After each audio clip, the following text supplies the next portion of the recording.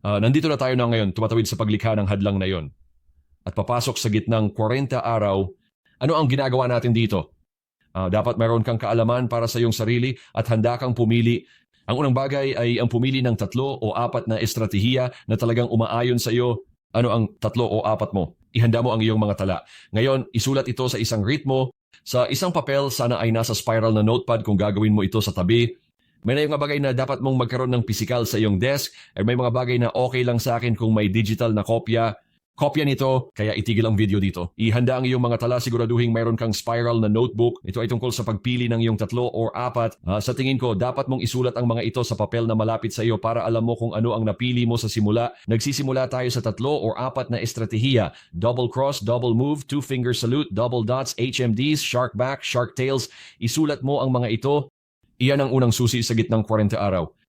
Ang gitnang 40 araw dito ay patuloy na nagaganap. Maging nakatuon sa mga mekanika, kumuha ng maraming trades gamit ang 3 o 4 na estratehiyang pinili mo at pag-aralan ang mga ito.